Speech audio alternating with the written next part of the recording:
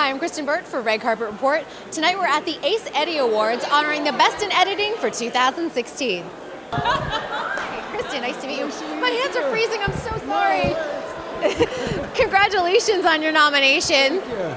What are your biggest challenges working on Mr. Robot as an editor? Well, every episode of Mr. Robot is like, they're all huge episodes.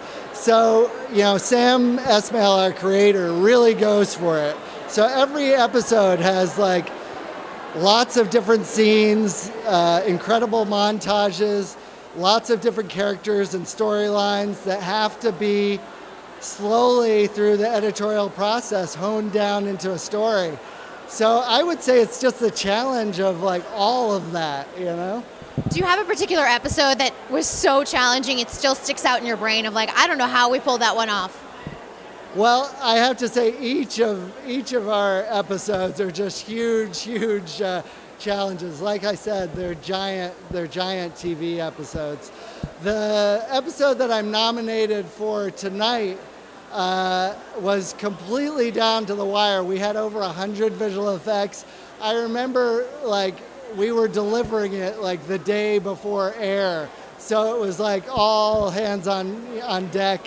But when you love what you're working on, you just keep focused, and it turned out to be one of the best experiences I've ever had of seeing an audience reaction to a show. It was really gratifying.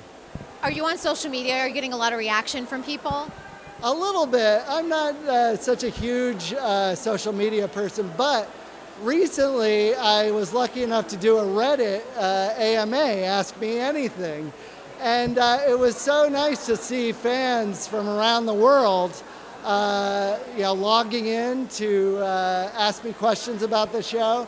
And it's just so cool to see people caring about the show, and they have all these little interesting details. And, like I said, we're in a room for 6 months trying to cut these, and then when you can actually connect with people who watch the shows and your work is connecting with them, it's really powerful. The fans are very invested, which is such a great feeling. Absolutely. Almost too invested sometimes. I know what that is, yes. They're very on top of it. The moment we start airing, well, our show, it's like we've got a high level of detail and authenticity, and they're on it, so we're working very hard to follow through on that.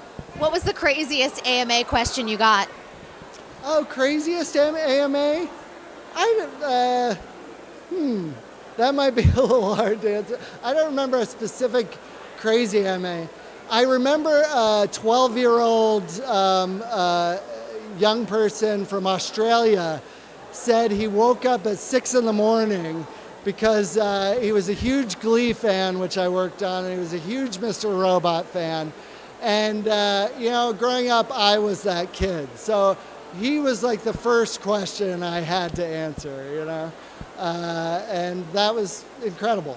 Oh, I love to hear that. You're inspiring the next generation. Well, I just had to connect with him, When you've worked on a wide variety of shows, Glee is the complete opposite of what Mr. Robot is. Absolutely. Do you think, like, at one point, when Mr. Robot comes to a conclusion, do you have a dream project that you'd like to work on?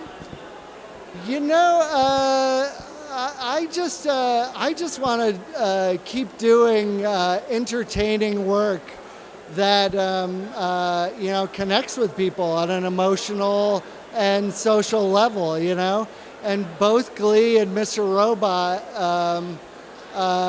were shows that really connected to an audience, and they represented the real desires of real people. And they're also, both of those episodes had a level of like cinematic value, production value, and editorial value.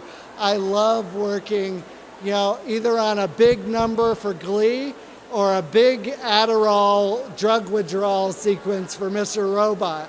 It's a pleasure to work on that kind of level of material. You found your niche.